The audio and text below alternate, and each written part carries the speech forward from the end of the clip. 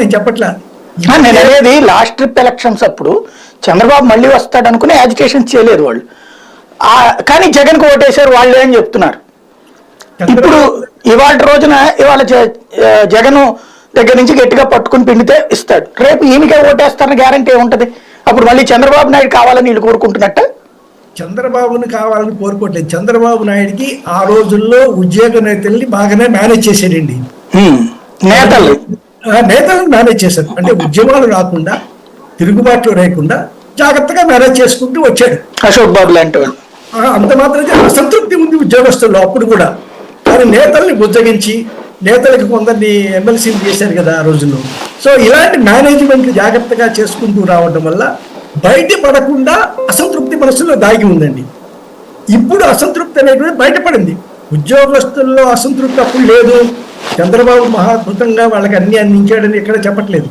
But అసంతృప్తి అనేటువంటిది బయటపడకుండా చేసుకొని తనకు తాను చాలా గొప్పగా పాలిస్తున్నాను అనేటువంటిది మీరు చూసే ఉంటారు కదా. ఆ పక్కన ఉండే ఐఏఎస్ ఆఫీసర్ ఒక ఆయన వచ్చి చెవిలో చెప్పడం 70% సంతృప్తి, 80%, రోజు రోజుకి సంతృప్తిని పెంచేశారు కదా వాళ్ళు. 92% దాకా తీసుకెళ్లారు. సో ఇలాంటి ఆ ఫాల్స్ దీంట్లో పెట్టేసి పాపం గడుపుకుంటూ ఎలక్షన్ దాకా వెళ్ళాడు, ఫలితం అనుభవించాడు, వేరే విషయం. ఇప్పుడు ఇవాళ వీళ్ళకి అంటే మేము వచ్చాక మీ సమస్య పరిష్కరిస్తామని చంద్రబాబు గారు కానీ లోకేష్ గారు కానీ చెప్తున్నారు. ఇటు వీళ్ళు ఇంతకుముందు పరిష్కరించాం, మళ్ళీ ఇప్పుడు కొత్త సమస్య వచ్చింది అంటున్నది వీళ్ళు.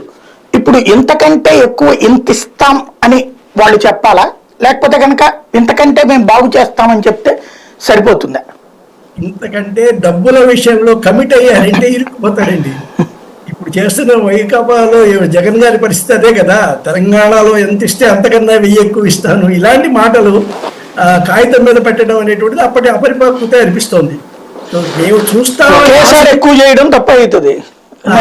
ఏడాదికి 1000 రూపాయలు చెప్పిన పెంచుతుంటే ఇప్పుడు ఆ ఉత్సాహం కొత్త ఉత్సాహంలో చేసేసాడండి. 5 ఏళ్ల తర్వాత కూడా అదే జీతం అంటే ఎలా?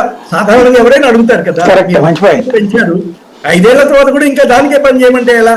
ఎంతో కొంత మార్పు పెరగాలి కదా. ఆ ఆశ ఇప్పుడు వాళ్ళు అడిగే దాంట్లో వాళ్ళు అడిగే 26 చేసినట్టే ఏడాదికి 250 పెంచుకుంటూ వెళ్ళినట్టు ఇది కూడా అట్టేదన్నా పెట్టుకుంటే పోయేది. ఉద్యోగస్తులందరికీ ఇంక్రిమెంట్ ఇచ్చినట్టుగా ఆయన కూడా అలా ఇచ్చుకుంటూ పోతే పోయేది. అప్పట్లో లాయల్టీ కొనుక్కోవడం కోసం చేశారా లేక అతి ఉత్సాహంతో ప్రవర్తించి చేశారో తెలియదు కానీ ఒక్కసారిగా పెంచారు, భారీ పెంపు. ఉద్యోగస్తులు సంతృప్తి పరచడం అనేటువంటిది ఏ ప్రభుత్వానికి సాధ్యం కాదండి. వాళ్ళకి ఎన్ని బెనిఫిట్స్ ఇచ్చినా ఇంకా ఏదో ఒకటి వెతుక్కుంటూనే ఉంటారు, కొత్త డిమాండ్ చేస్తూనే ఉంటారు. సో వాళ్ళని సంతృప్తి పరచగలవను, వాళ్ళని మన వైపు తిప్పుకోగలము అనుకోవటంలో అసలు ప్రభుత్వాలు ఏమనుకుంటాయో తెలియదు, రాజకీయ నాయకులు ఏమనుకుంటారో తెలియదు. వాళ్ళు కూడా ఇంపాక్ట్ ప్రజల మీద పడి ప్రజలు ఓట్లు తేడా చేస్తారు. ప్రజలండి చాలా ఇప్పుడు బయట పట్టలేదండి, చాలా మందితో